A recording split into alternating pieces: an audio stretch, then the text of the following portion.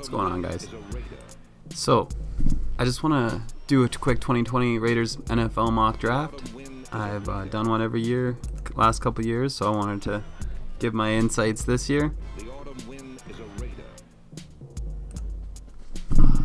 Okay, so what I want to look at here is kind of the different options we have in terms of both positional need and also value. So what I see happening pretty likely is that we will end up trying to get a wide receiver with the 12th overall pick, and I would like us to get CeeDee Lamb, although we might end up getting Jerry Jeudy. I would prefer CeeDee Lamb over Jerry Jeudy. He's just a more complete receiver, plus we need a contested catch, player that we haven't had for a while now, ever since Crabtree, really. Kind of one of those guys that can go up and get it in the end zone. So I think CeeDee Lamb would fill that role pretty nice for us. Plus he's an all-around receiver that can be a number one, whereas Williams I see as more of a number two kind of guy. So it would be nice to have a complete number one, whereas Jeudy, he could be a number one, and I definitely think that people are underrating him a little bit because he does have all the tools. So I think, other than being a little bit undersized, Jeudy could also play the role, and I think if he's there, we should take him if we can't get CeeDee Lamb. But what I think we could do, if, say, the Jets, who are picking at 11, want a receiver as well, I think they might end up taking CeeDee Lamb. So I think there's a good opportunity for us to trade up either with Cleveland or with the Jets. Hopefully with Cleveland, because I don't think Cleveland really wants a receiver, but they probably want an offensive tackle, and they could probably trade back to 12 and get it.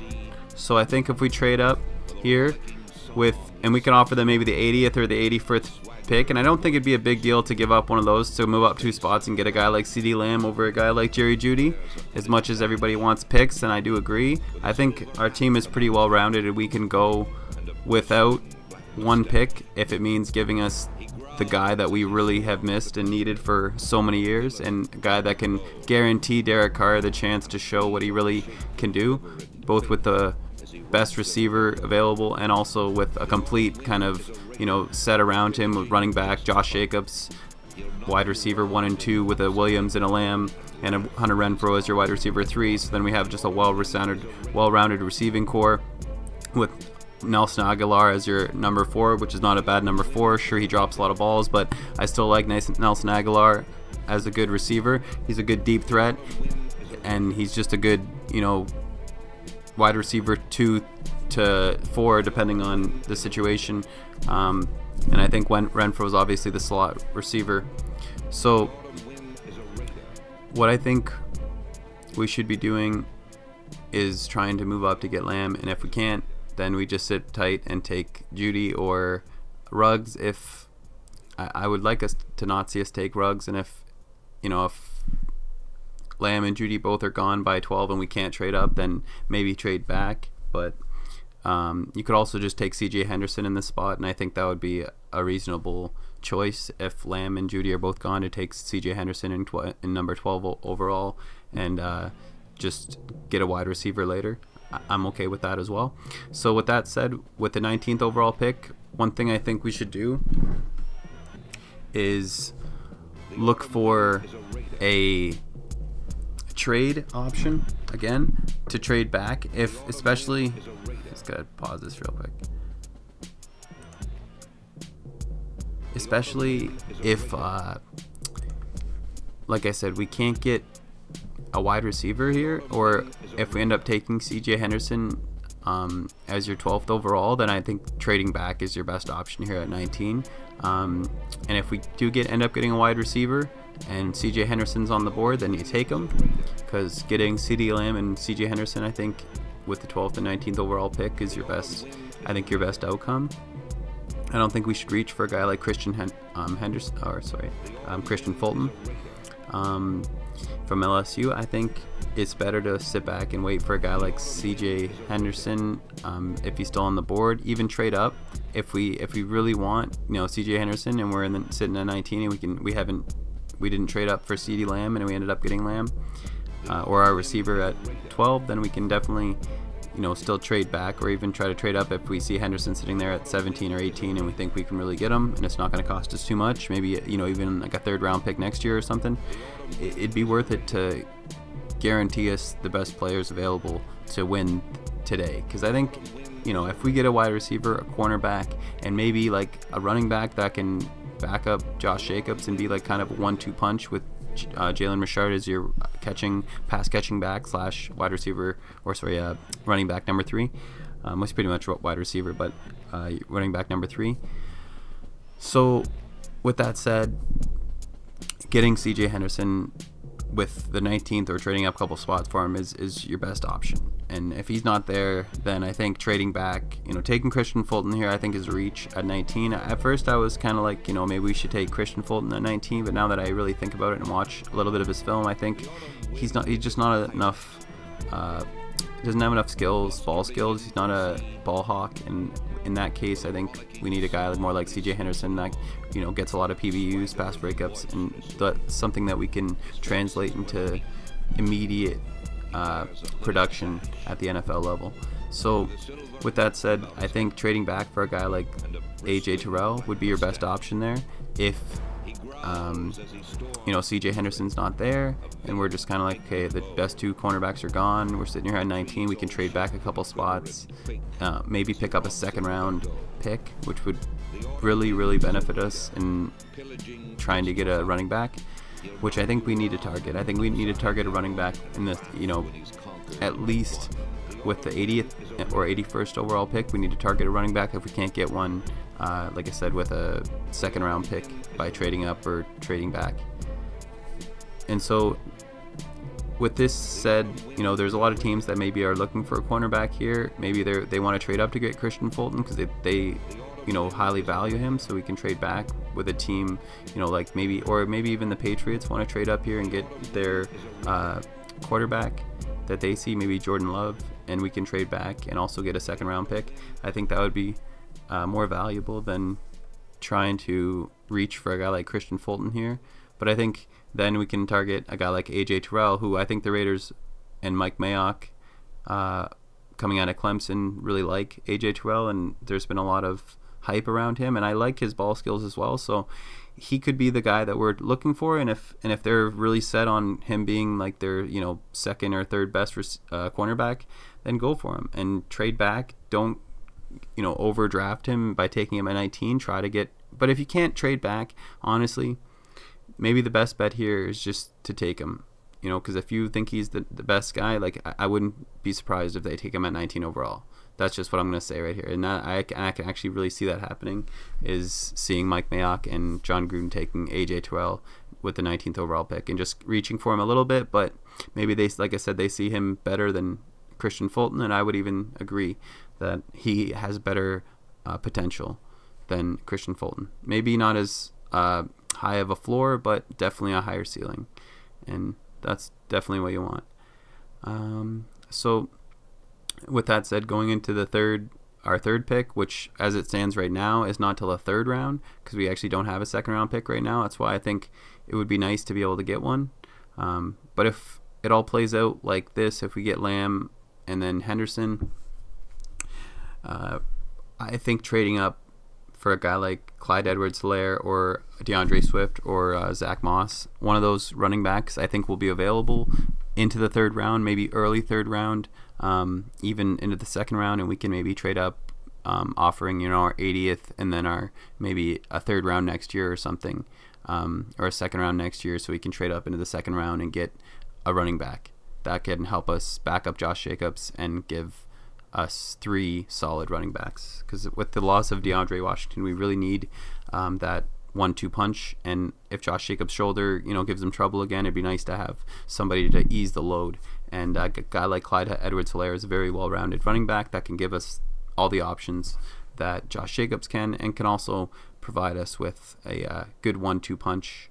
Whereas I think a guy like Swift and especially Moss is a good red zone running back. So either way, I think grabbing a running back here is the best option for us because we really need somebody to help Josh Jacobs. And if Gruden is so, should I say, set, dead set on running the ball, then we need some running backs that can run the ball. And like I say here, if that doesn't happen, like if we don't want a running back and we're like, hey, all these guys are gone and there's no good value at running back here, then we need to go for either defensive tackle Marlon Davidson, who it might be a little bit of a wish that he's going to be there at 80, but if he is, take him, because honestly he's a great player and he's a 4-star recruit coming out of I forget which school, I think, but he's a 4-star recruit and is a very well rounded player. He might not be the best, and he's definitely not the most polished, but he was very productive, and he played 4 years with a lot of production. So that shows that he's just a good player all around. He might not be the best prospect, but he's one of those low floor, high ceiling kind of guys. So I should say high floor. What is it? High floor, high ceiling, whatever. You know what I mean. You know what I mean. Low bust potential. Anyway.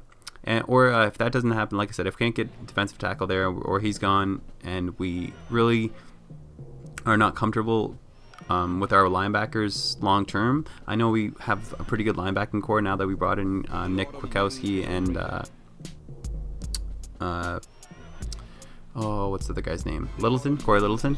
So having those two linebackers kind of solidifies our core, along with kind of guys like Nicholas Morrow and Markel Lee, kind of really good backup players. But if we really want to solidify that linebacking core, I think we need to bring in a rookie, a really young, good prospect, a guy like Logan Wilson, who has shown very, very good production at the college level, and at a very high level he's been able to improve every year, and he's a ball hawk, so guy that we need, something we really could look for. He might not be available either. Both Davidson and Wilson are a bit of a hope or a wish, but if we end up staying put at 80 and either of those guys are there, I think taking them is the best option. Or I think we can settle for Akeem Davis-Gaither, who also shows great potential, maybe not as good as Logan Wilson, but also does have a lot of the same skill set. So it's definitely wouldn't be the worst option to take Akeem Davis-Gaither. And for the next pick there, like I said, we pick back to back, so we can kind of, it doesn't really matter who we take in either of these picks, because it's going to be, they're both, the same guy's going to be there, which is why I think it's also not a bad idea to try and trade one of these picks, because moving up with one of these picks is it wouldn't be the worst thing in the world. Or just giving one away to be able to move up and get our best available player up here is not the worst option, because we don't need like a ton of players to make our team great. We really only need 3 or 4 really solid players, and I would say those players are at wide receiver, cornerback, probably running back, and linebacker. And that would be like a linebacker that for the future, if we could get a really good linebacker for the next 10 years or something, that would be just our star player. I think that would make our team complete, because you need somebody to lead the defense, right? You need a guy. Last year it was Nicholas Morrow after Perfect went down or was suspended, but you need somebody to lead the defense, and that's a linebacker. So we need somebody to step up that can be a star. If Littleton's going to be that, if Kwiatkowski, who's going to be calling plays this year, is going to be that, then maybe you're not as wanting to go out and grab a linebacker here in the 5th round or the 4th round, the 3rd round, the 3rd round. But it wouldn't be a reach to take a linebacker here, especially if Logan Wilson or Akeem Gaither are there. You take him. And if we end up taking Kenneth Murray here 19th overall, it wouldn't be the worst, but I really wouldn't like us to reach for him. He'd be one of those guys that I'd be okay trading back, like with AJ Terrell. If we end up getting, or if there's no good cornerbacks and we want to trade back and we end up, only having the option of, say, a Christian Fulton or a Kenneth Murray, maybe we take Kenneth Murray and get a better cornerback in the 3rd round or something. Anyway, so with the 81st pick, like I said, it doesn't really matter what we take here, but I think targeting a guy like Ashton Davis or Terrell Burgess, both safeties, would be the best option. Unless we get, like, if we don't get a Marlon Davidson, or and we want to go defensive tackle, we could take Rashard Lawrence. He might be there as well. Either one of these guys, if they're available, I think it's best to take them. If we end up staying put, just to take a defensive tackle in either one of these spots, and both of those guys I think are great options. So these could be vice versa, switched up. Same with these linebackers. Like, all of these can be switched up. The only one that can is if we trade up for a running back, because then we're gonna have to give up this pick probably. But I think it's worth it. So Ashton Davis and Terrell Burgess are both very similar. I think Davis might not be there, but Burgess probably will be. And I think he'd be a really good safety to take here, just as a third, kind of project safety. That's a very high probability prospect that's going to be very well-rounded, and it's going to at least be have a lot of skills that are transferable to the NFL. A lot of production at the college level, and a lot of scouts are saying he is probably one of the surprises or the steals if you can get him here, which I think he will be available. Anyway, so those are my top 4 picks. Obviously, like I said, I'd like us to either maybe get another pick here if we can trade back, or to give up one of these picks and trade up. So either way, we might end up trading back and giving up this to trade up. Like, if we do all of this, we'd still end up with 4, but it would just be in different ways, right? Like I said, we could give up the 80th to go up and get CD if we have to go up to the 10th pick, and then if we move back here, we could get a second round pick by moving back, and then we'd still have a first and maybe a second, and we'd have given up this, so then we'd, this would basically just turn into a second round pick. So I'm not saying any of that's going to happen. I'm just saying those are options that I think would be a best possible outcome for the Raiders in getting the best value, not only positional value, but the best options at those positions for the best value. So after that, these kind of guys are your later round prospects, the guys that if they're sitting there and we didn't kind of, whatever positions we weren't able to fill out, which I think even if we get a wide receiver, we still probably want to target a wide receiver in the late 3rd, maybe 4th rounds. So a guy like T. Higgins out of Clemson, I think will be somebody that Mayock and Gruden both like and have looked at, and he's also a very good contested ball catcher. May not be the quickest guy, but he definitely has home run potential, and he definitely is a good prospect. He's no CeeDee Lamb, but if we get Lamb or say Judy and him, then it would help us having like an X kind of deep threat and a wide receiver kind of 1-2 combo with Williams and maybe a Judy, and a Higgins would be all right, and then you'd have Renfrow as your slot, so it wouldn't be the worst, and Aguilar kind of as your backup or your starting second wide receiver. So it's not the worst option, right? But I think getting a running back, if we can't get Edwards-Helaire or Swift or Moss, one of those top 3 guys, then we look for a guy like Keyshawn Vaughn here in the 4th round. Anthony McFarland is maybe a later prospect, but if we can get Keyshawn Vaughn, if he falls and he's sitting there, I think you take him. He's probably one of the best prospects to be a good, solid backup, if not starting running back. Good at the line of scrimmage, good kind of up and down runner, one cut kind of runner. He's not the best. I wouldn't expect him to go 50 yards on every play, but he's definitely, if he gets a hole, he can take it at the house, and he's also a very solid kind of line of scrimmage runner. So you want a guy like that in the red zone and as a good backup. So he's probably a guy that I think if we can't get a running back with our top 4 picks, he's the best guy to target. And like I said, Anthony McFarland's good. If he's kind of sitting there and we don't like anybody else, then you take him. These guys down here, Lecky Fodu and Troy Dye, they're kind of, I like Lecky, but he's not necessarily going to be like the best prospect. I don't think he's going to be an upgrade over Jonathan Hankins or over a Malik Collins, who we just got from the Cowboys. So that's why I don't necessarily think he's going to be a guy we pick, but it's just one of those guys that's, it's an option. And like I said, if we don't get a linebacker, if we don't get Wilson, if we don't get a great linebacker, Troy Dye is the kind of guy that I think would be worth a 5th round pick just kind of as your possible, backup option, maybe slot, maybe comes in and plays nickel. You never know, right? He's the kind of guy I think that's versatile and could be a good pick in 5th round. And down here, this is kind of like these are 2 interesting options, and one of them I think is another hopeful guy like Julian Okwara. I don't think he's going to be there in the 4th round, but if he is there in the 4th round or even in the 3rd round, like with our 81st pick, 80th or 81st, he wouldn't be a bad option. I think he's going to be a good guy that you can switch in to be a defensive tackle, or he can be on the edge as a good rusher. He's got a lot of pass rushing skills. He may not be the best against the run, but he still has a lot of versatility and a lot of options that I think would give the Raiders a lot of versatility at the edge position. I don't think he'll be there, like I said, in the 4th round. He might not even be there when we go to pick at 80. But if he was there, I think it wouldn't be the worst pick. I should have put him back in the other one, but I kind of just had him here as one of those guys that we should be looking for in the later rounds. And then this guy here, defensive end Kenny Willix out of Michigan State, aka Max Crosby 2.0.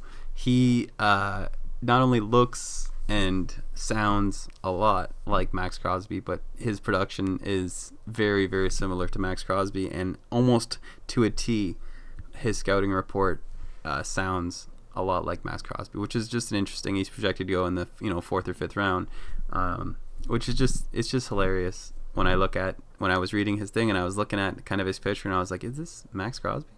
Sounds a lot like him. So he might be a guy that a 5th round pick might not be, the worst thing, because if we can get 2 Max Crosbys in the 5th round, I don't think that's anybody's going to complain too much about that. So I just threw him down there as an option. You check him out. Let me know what you think. I think he definitely is a Max Crosby 2.0, and he could bring the same production if he continues with the same production he had at Michigan State. Yeah. So that's 4th, 5th round. Now we move into the 5th to the 7th rounds. We have Quinnen Cephas, just a good, quick wide receiver that I think would be a nice option as your Z receiver, your XZ, kind of your speed receiver. I'd like him. I'd like to see kind of a guy like that complementing our wide receiver room. So I don't think it's the worst pick. He's a good character guy and a guy that I think would be nice to kind of plug in like a speed, like the guy that Kansas City got last year. I forget his name. Call him Tyreek Hill 2.0 or something.